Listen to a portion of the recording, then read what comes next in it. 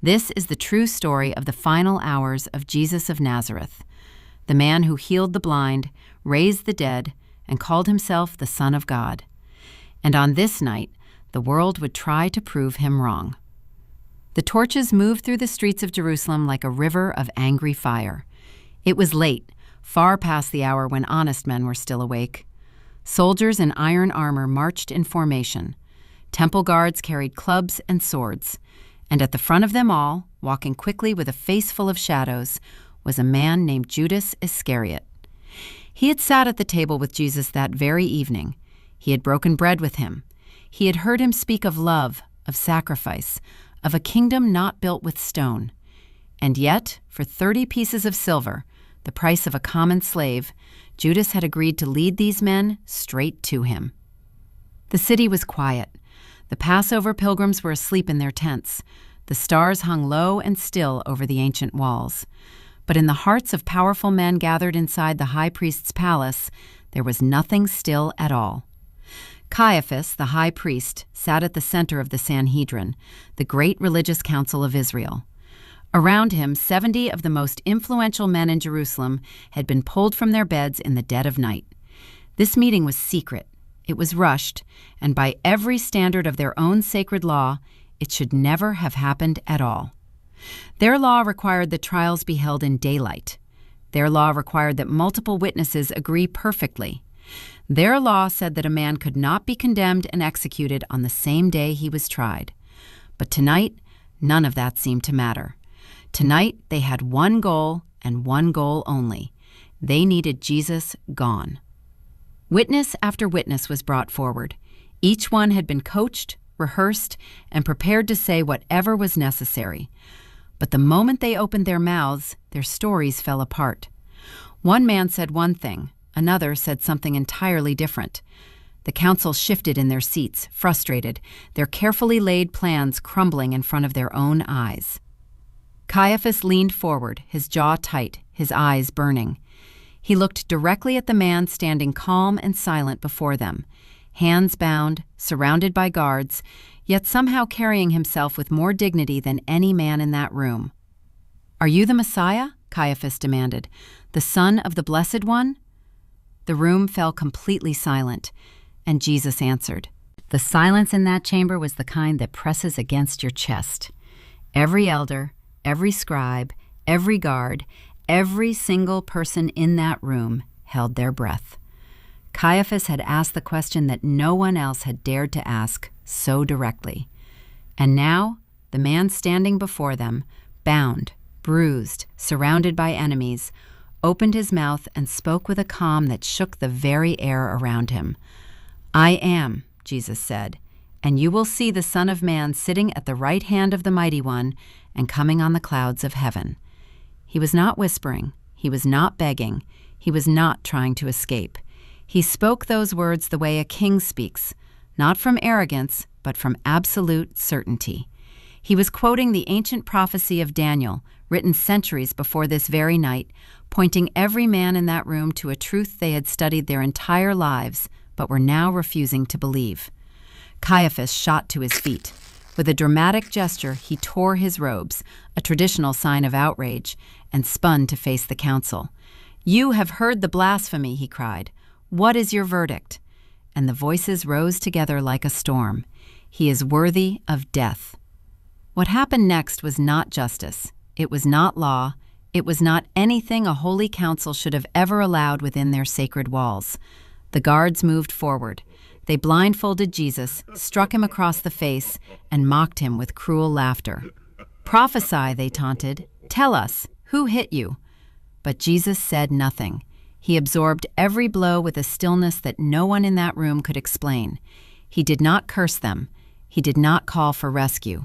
He stood in the darkness of their hatred and remained exactly who he had always been, exactly who he had just told them he was. Outside the palace walls, the city slept on, completely unaware that the trial of the ages was happening in secret, unaware that the man they had cheered just days before, the one who had ridden into Jerusalem on a donkey while crowds waved palm branches and shouted his name, was now being condemned by the very leaders who were supposed to protect the innocent. But to understand how Jesus ended up in that hall, bound before those men, we must go back. Back to an upper room filled with lamplight and the smell of bread and wine. Back to the moment when Jesus looked around a table at the 12 men he loved most and told them exactly what was coming. He had known all along. Every step of this night had been walked in full knowledge, and still he had come. Still he had stayed. The question burning through the heart of every person who would ever hear this story is not whether Jesus knew. The question is, why did he stay? The city of Jerusalem was alive with celebration. Passover had drawn thousands of pilgrims from every corner of the known world. The streets were thick with the smell of roasting lamb, fresh bread, and burning incense. Families gathered, songs were sung, ancient stories of deliverance were retold around flickering flames.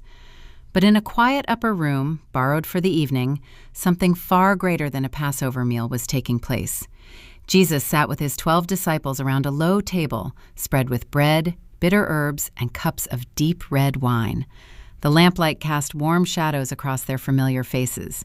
These were his closest friends, the men who had walked with him through storms and crowds and desert roads, the men who had watched him heal the sick, calm the sea, and raise Lazarus from the dead with nothing but a word.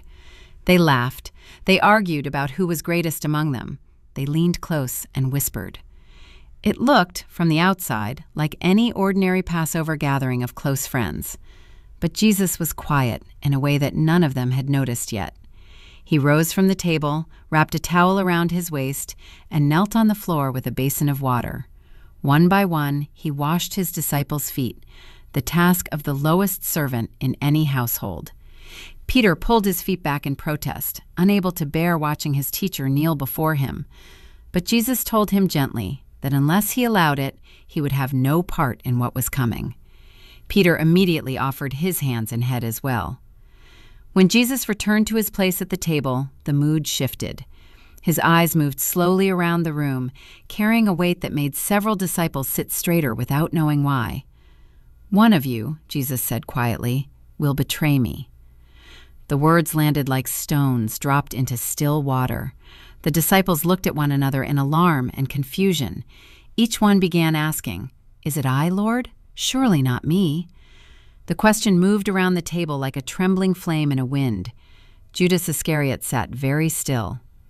Jesus dipped a piece of bread and handed it directly to him. Their eyes met for just a moment, and in that moment, Judas knew that Jesus knew. Everything. All of it. The silver coins already hidden away, the agreement already made, the armed crowd already being assembled in the city below. "What you are going to do," Jesus told him softly, "do it quickly." Judas stood, tucked his cloak around himself, and walked out into the night. The other disciples assumed he had gone to purchase something for the feast or give money to the poor. They had no idea they were watching the beginning of the end. Jesus then looked at Peter, strong, bold, loyal Peter, and told him something that cut even deeper.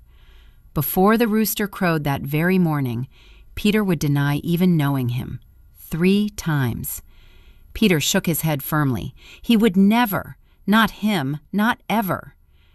Jesus looked at him with eyes full of sorrow and love and said nothing more. The Passover meal was finished. The songs had been sung, and now Jesus led his disciples out through the city gates, down into the Kidron Valley, and up the familiar slope of the Mount of Olives toward a garden called Gethsemane. It was a place he loved, a quiet grove of ancient olive trees whose twisted trunks had stood for centuries, silent witnesses to countless prayers whispered beneath their branches. Jesus had come here many times before. The disciples knew this place well. But tonight, something was different. The moment they entered the garden, a visible heaviness settled over Jesus. He turned to 8 of his disciples and asked them to sit and wait. Then he took Peter, James, and John, his 3 closest friends, and moved deeper into the shadows of the trees. "My soul is overwhelmed with sorrow," he told them, "to the point of death. Stay here and keep watch with me." Those words alone should have told them everything. This was not their teacher being dramatic. This was not a moment for sleep. The Son of God himself was telling them that the weight pressing on his heart was so crushing it felt like dying. He moved a little further ahead, fell to the ground with his face in the dirt, and began to pray. "Abba, Father," he cried out into the darkness, "everything is possible for you. Take this cup from me." The cup he spoke of was not made of silver or clay. It was the cup of God's full judgment against every sin ever committed by every human being who had ever lived or would ever live. The suffering that waited on the other side of this night was not simply physical torture, though that alone would have broken any ordinary man. It was something far deeper, far darker, the complete and total separation from his Father that had never, not once in all of eternity, happened before. And yet, even in that moment of unbearable agony, Jesus lifted his face and added 7 words that would echo through all of human history. "Yet not what I will, but yours." He rose and walked back to Peter, James, and John. They were asleep, all 3 of them, eyes closed, heads nodding against the roots of the olive trees. Jesus stood over them for a moment and gently woke Peter. "Could you not keep watch for even 1 hour?" He returned to prayer, the same desperate, faithful, surrendered prayer. Back and forth he went 3 times, pouring out his soul to his Father. And 3 times he returned to find his disciples sleeping. Luke, who recorded this night with careful detail, added something extraordinary. During that prayer, an angel appeared from heaven and strengthened Jesus, and his sweat became like drops of blood falling to the ground, a rare but documented physical response to extreme emotional anguish. Heaven itself came down to hold him up, and still he prayed, and still he surrendered, and still he chose to stay. Then, through the trees below, torchlight flickered. The sound of marching feet and clanking armor drifted up the hillside. Jesus stood, looked at his sleeping disciples one final time, and said simply, "Rise, let us go. The one who betrays me is here." The torchlight broke through the olive trees like a wound splitting open the darkness. Dozens of armed men poured into the garden, temple guards carrying clubs, Roman soldiers in full armor, their swords catching the flickering light. Behind them came priests and elders wrapped in fine robes, standing at a safe distance, watching with cold, calculating eyes. And walking at the very front of that crowd, moving with the practiced ease of a man who knew exactly where he was going, was Judas Iscariot.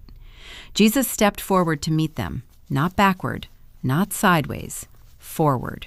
He did not hide behind his disciples. He did not run into the deeper shadows of the trees. He walked directly toward the torches and the swords and the men who had come to take him. And he asked them a single question. "Who is it you are looking for?" The soldiers answered, "Jesus of Nazareth." "I am he," Jesus said.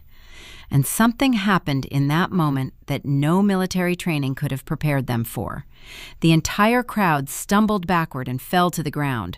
Soldiers in armor, armed guards, experienced men of violence, all of them knocked off their feet by 2 simple words spoken by one unarmed man standing alone in an olive garden in the middle of the night. They gathered themselves slowly, confused and shaken. Jesus asked them again who they were looking for, and again told them plainly, "I am he." He then asked them to let his disciples go free. Even in his arrest, he was protecting others. Then Judas stepped forward. He had arranged a signal with the guards beforehand. Whoever he greeted with a kiss was the man they should seize. He walked up to Jesus, looked him in the face, and said, "Rabbi," and kissed him on the cheek. Jesus looked back at him with eyes that held no hatred, no bitterness, only a sorrow so deep it had no bottom. "Judas," he said quietly, "are you betraying the Son of Man with a kiss?"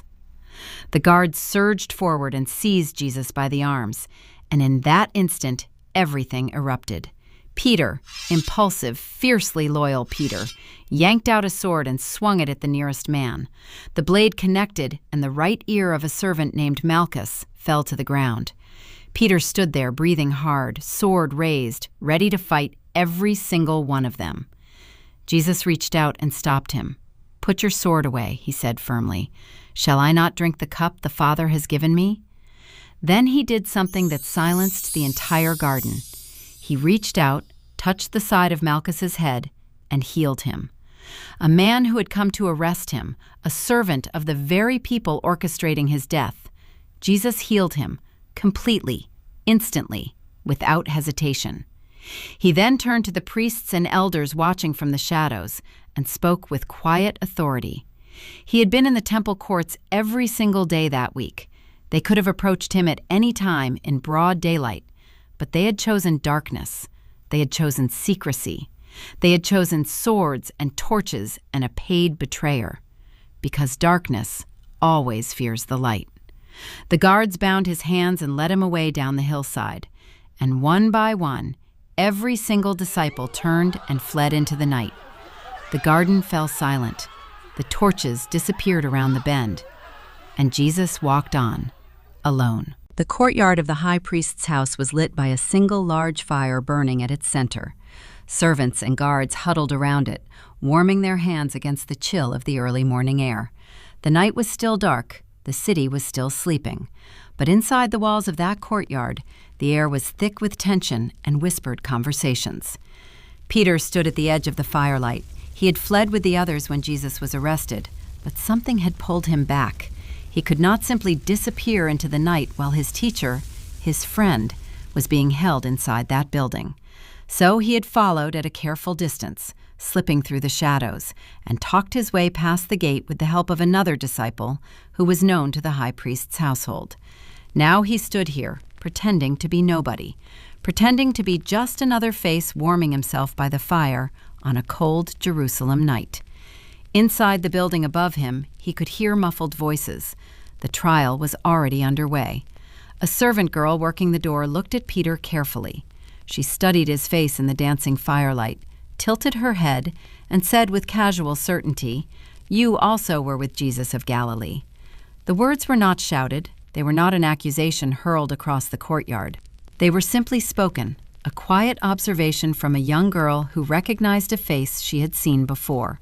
And Peter's courage collapsed completely. "I don't know what you're talking about," he said, and moved away toward the gateway, putting distance between himself and the firelight. But there was no escape. Another servant girl saw him near the gate and called out to those around her. This man was with Jesus of Nazareth. This time, Peter's denial was louder, more desperate. He swore an oath, calling on God himself as his witness, that he did not know the man. An hour passed. The fire crackled.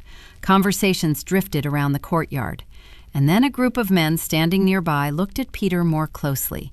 His accent gave him away, the rough, distinctive sound of a man from Galilee. One of them pressed forward and stated with growing confidence that Peter had certainly been with Jesus. He was one of them. His very voice proved it. Peter's final denial came with curses. He called down judgment on himself if he was lying. He swore with everything he had that he had never known Jesus of Nazareth in his life. And the moment the last word left his mouth, a rooster crowed. The sound split the early morning air like a blade. Peter froze. Every muscle in his body went rigid.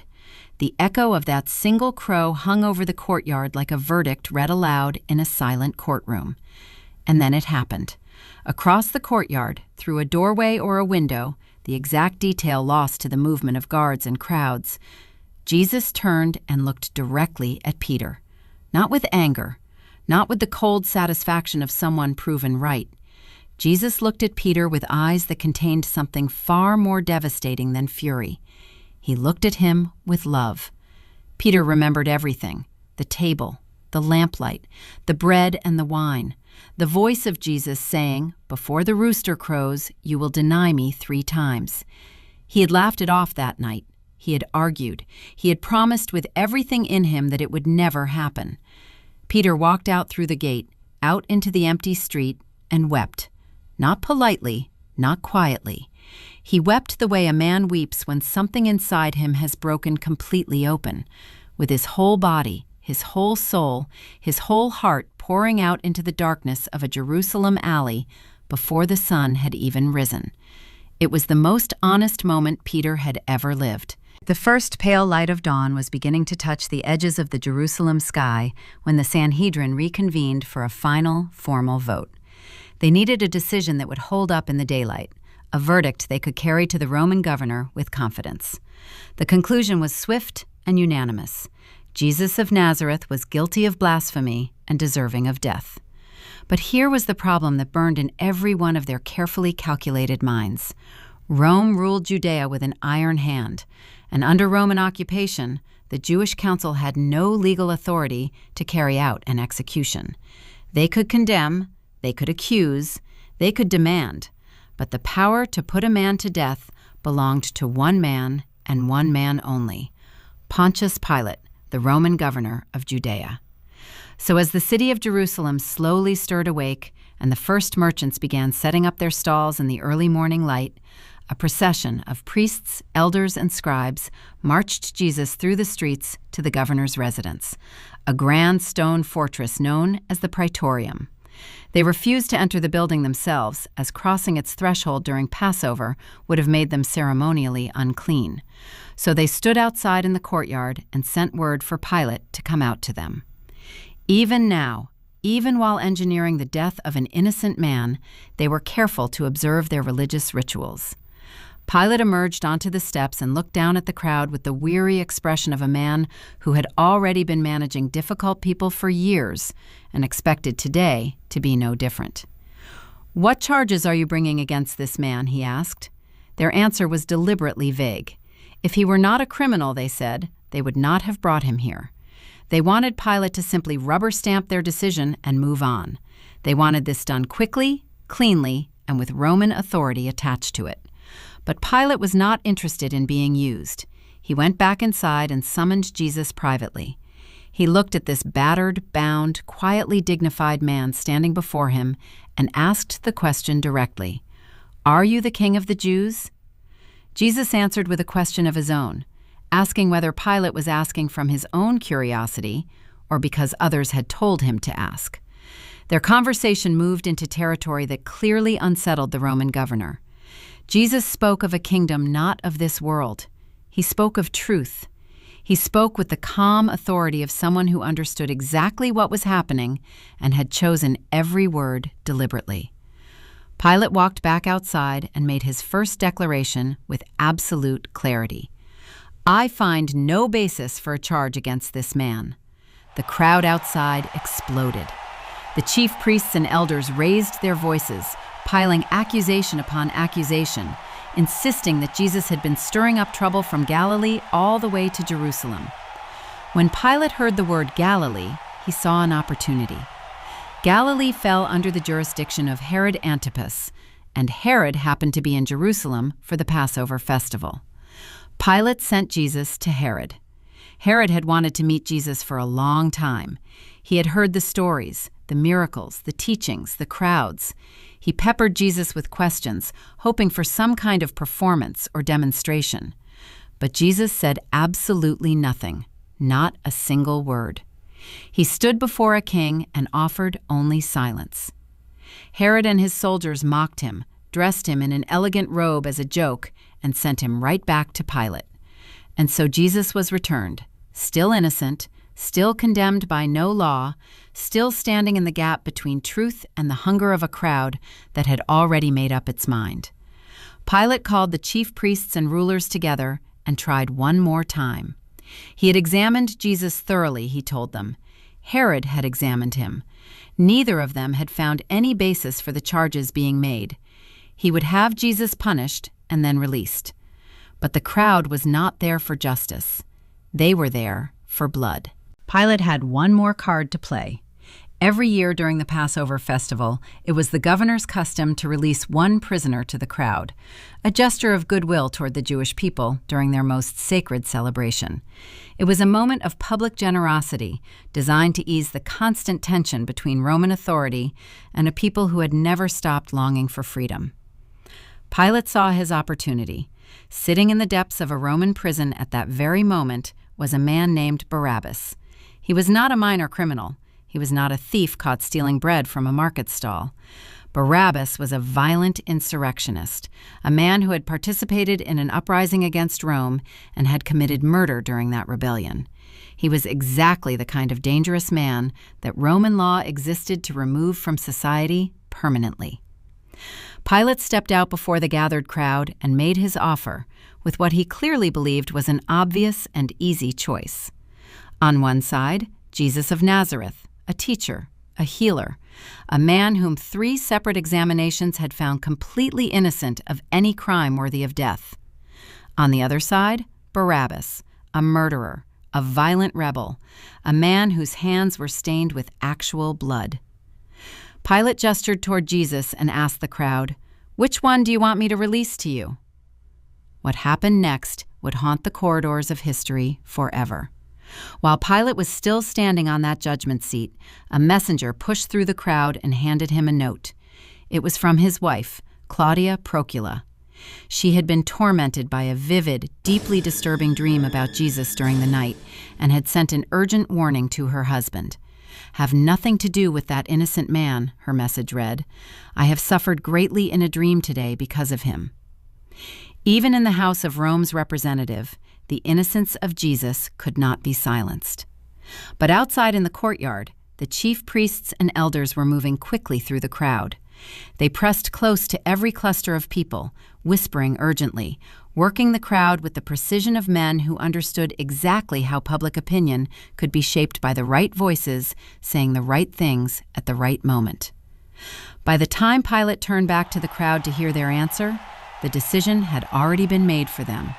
"Barabbas!" the crowd roared. The sound crashed against the stone walls of the praetorium like a wave. Pilate stood very still for a moment, absorbing what he was hearing. Then he leaned forward and asked the question that would define his place in history forever. "Then what shall I do with Jesus, the one called the Messiah?" And the crowd answered with a single word, repeated over and over, growing louder with every repetition, filling the morning air above Jerusalem like thunder rolling across a darkening sky.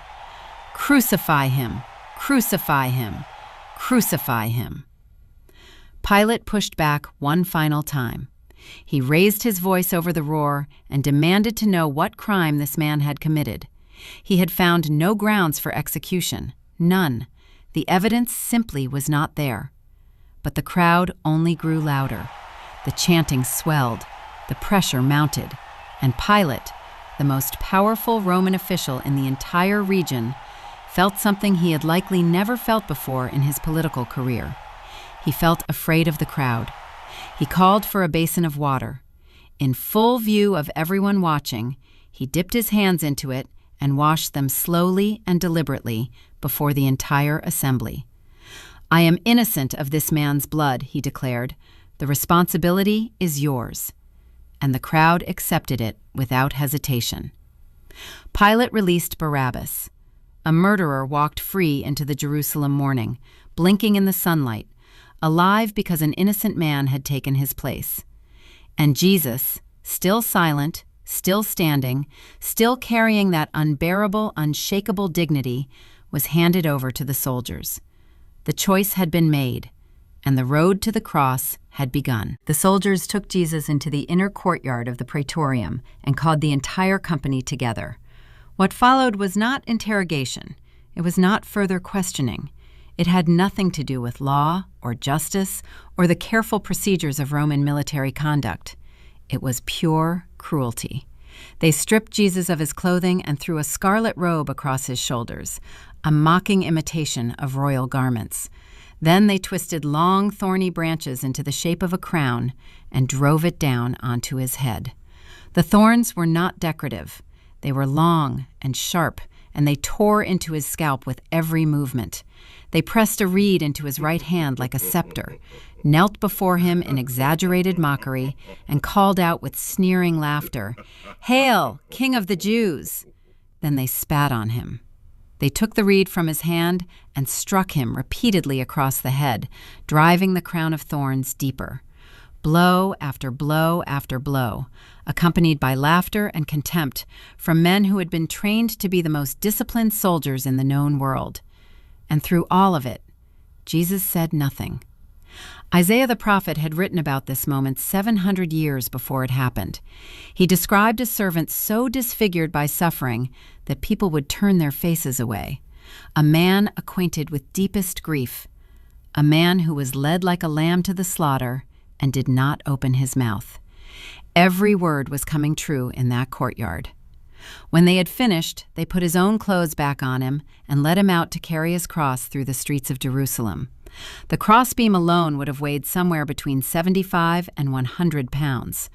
After everything his body had already endured, the sleepless night, the emotional agony in the garden, the beatings at the high priest's house, the brutal flogging that Roman soldiers were trained to administer with maximum damage, the weight was incomprehensible. He carried it through the city gates and into the streets. The route to the place of execution wound through the crowded Passover city. People lined the narrow stone streets. Some watched in stunned silence. Some wept openly. A group of women followed behind Jesus, mourning and wailing with grief so raw it cut through the noise of the crowd around them. Jesus turned to them, even now, even under that weight, even in that condition, and spoke to them. He told them not to weep for him, but to weep for themselves and for what was coming upon the city. Even on the road to his own death, he was thinking about others. At some point along the route, Jesus stumbled under the weight of the cross. The soldiers, needing the execution to proceed without further delay, grabbed a man from the crowd, a visitor from North Africa named Simon of Cyrene, who had come to Jerusalem for the Passover, and forced him to carry the cross the rest of the way. Simon of Cyrene had woken up that morning with no idea that this day was coming. He had plans for the festival. He had people to see, prayers to pray, celebrations to attend. Instead, he found a Roman soldier's hand on his shoulder and the weight of a wooden crossbeam pressed into his arms. He carried it all the way to the hill. The place was called Golgotha, an Aramaic word meaning the place of the skull. It sat just outside the city walls, visible from the road, which was entirely the point. Roman crucifixions were designed to be public. They were meant to be seen. They were meant to send a message to every person who passed by about what happened to those who defied the authority of Rome. They offered Jesus wine mixed with myrrh, a mild pain reliever that was sometimes offered to condemned men before crucifixion. Jesus tasted it and refused it. He would face what was coming with full awareness, with full presence, with nothing dulling the weight of what he had come here to do. The soldiers laid him down on the cross, and the nails came down. The sound of iron striking iron rang out across the hill of Golgotha and echoed off the ancient stones of Jerusalem's outer walls. One nail through each wrist, one through his feet. And then the cross was lifted upright and dropped into the ground with a thud that shook the earth beneath the feet of everyone standing there. It was 9 o'clock in the morning. The soldiers divided his clothing among themselves, casting lots to see who would get his seamless inner garment, fulfilling a detail written in the Psalms 1,000 years before this very moment. They sat down at the foot of the cross to keep watch. Above Jesus, Pilate had ordered a sign nailed to the top of the cross written in 3 languages, Hebrew, Latin, and Greek, so that every person passing by could read it regardless of where they were from. The sign read, "Jesus of Nazareth, the King of the Jews." The chief priests immediately complained to Pilate, demanding the sign be changed to read that Jesus merely claimed to be king. Pilate refused them for the first and only time that day. "What I have written," he said firmly, "I have written." Even in his darkest hour, the truth about who Jesus was hung above his head for all the world to see. On either side of Jesus hung 2 criminals, men condemned by Rome for their own genuine crimes. The crowd that had gathered below hurled insults upward, shaking their heads and mocking him. The religious leaders who had orchestrated the entire night joined in, calling out with bitter satisfaction that if he truly was the Son of God, he should come down from the cross and save himself. Even one of the criminals hanging beside him joined the mockery, demanding that if Jesus was truly the Messiah, he should rescue all 3 of them. But the other criminal was different. He turned his head toward the man on the center cross with great effort and rebuked his companion. They deserved what they were receiving, he said. They were guilty, but this man had done nothing wrong, nothing at all.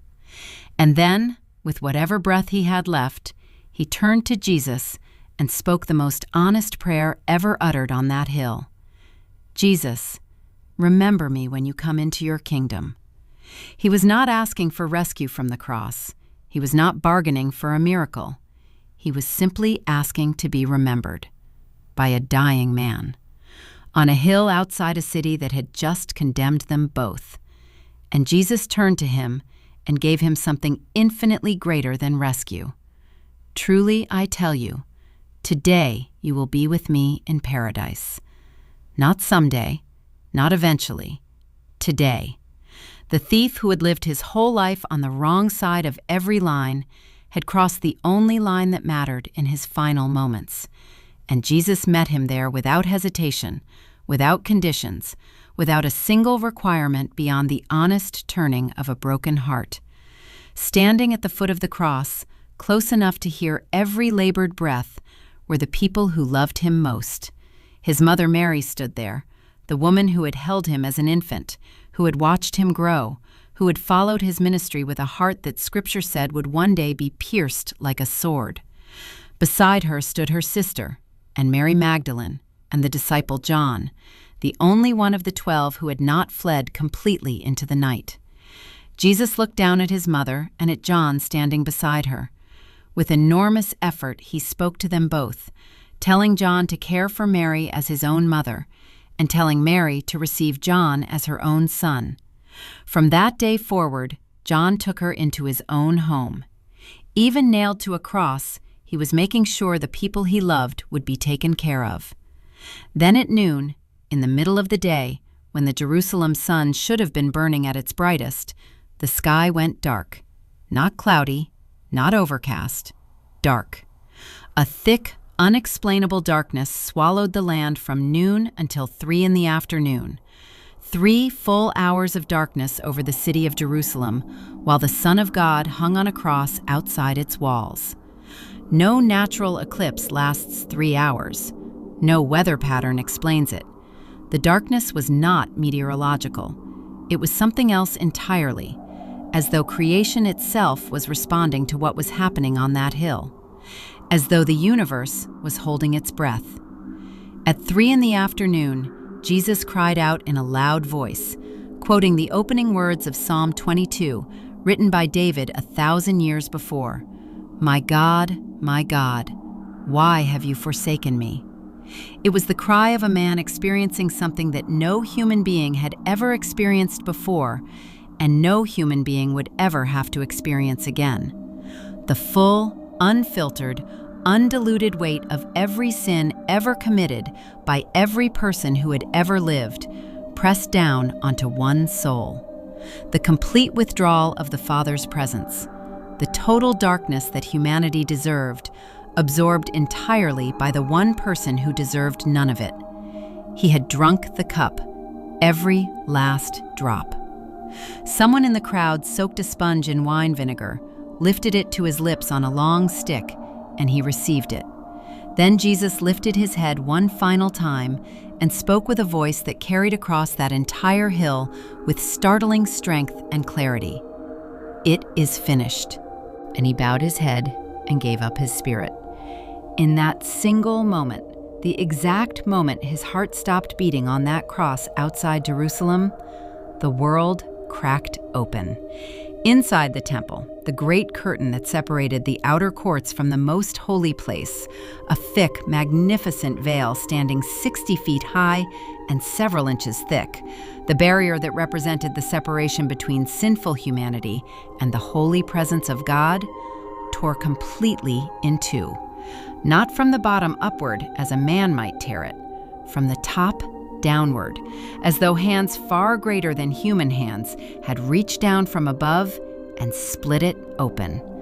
The ground beneath Jerusalem shook violently, rocks split apart, and tombs broke open across the hillside outside the city. And after the resurrection, many of those who had been buried there were seen walking through the streets of Jerusalem by dozens of witnesses.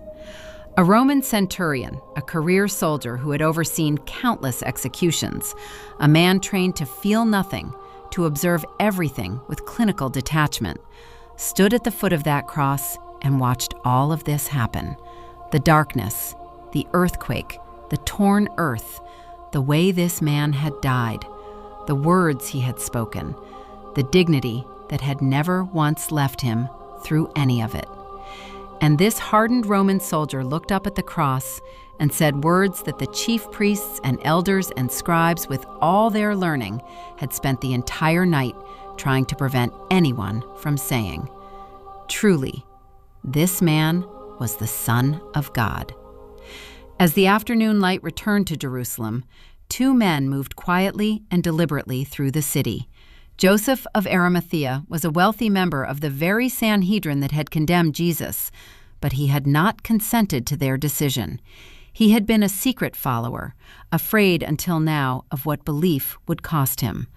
But something about this day had burned away every trace of that fear. He went directly to Pilate and asked for the body of Jesus. Pilate, surprised that Jesus had already died — crucifixion could sometimes last days — confirmed it with the centurion and granted the request. Nicodemus came as well. He was the Pharisee who had once visited Jesus secretly in the night, years before, and heard the words that would become perhaps the most recognized sentence in all of Scripture, that God so loved the world that he gave his one and only Son, so that whoever believed in him would not perish, but have eternal life. Nicodemus arrived now carrying an extraordinary amount of burial spices, myrrh and aloes, about 75 pounds worth, enough for a king. Together, Joseph and Nicodemus took the body of Jesus down from the cross. They wrapped him carefully in long strips of linen cloth layered with the heavy spices, the traditional Jewish burial preparation performed with reverence and care. Joseph had a brand new tomb cut from rock in a garden nearby, one in which no one had ever been laid. They placed Jesus inside, rolled a great stone across the entrance, and left. The chief priests and Pharisees went back to Pilate with one final request. They remembered that Jesus had said he would rise after 3 days. They wanted the tomb sealed and guarded to prevent his disciples from stealing the body and claiming resurrection. Pilate granted them a guard of soldiers and told them to make the tomb as secure as they could. And so they sealed it. They posted guards. They walked away satisfied that it was over, that the stone was heavy enough, that the soldiers were strong enough, that the darkness of that Friday evening had finally, permanently swallowed the light. They were wrong. But that is a story for another day. The night they killed the Son of God began in a garden with a prayer and a betrayal. It moved through secret halls and firelit courtyards and the marble steps of Roman justice. It climbed a hill called the Place of the Skull and rose on a cross above a city that did not fully understand what it had done. And somewhere between the darkness at noon and the tearing of that great curtain, the oldest barrier in the universe came down. Not the stone walls of a city, not the iron gates of a prison. The wall between a holy God and every broken, wandering, guilt-carrying human soul who had ever lived.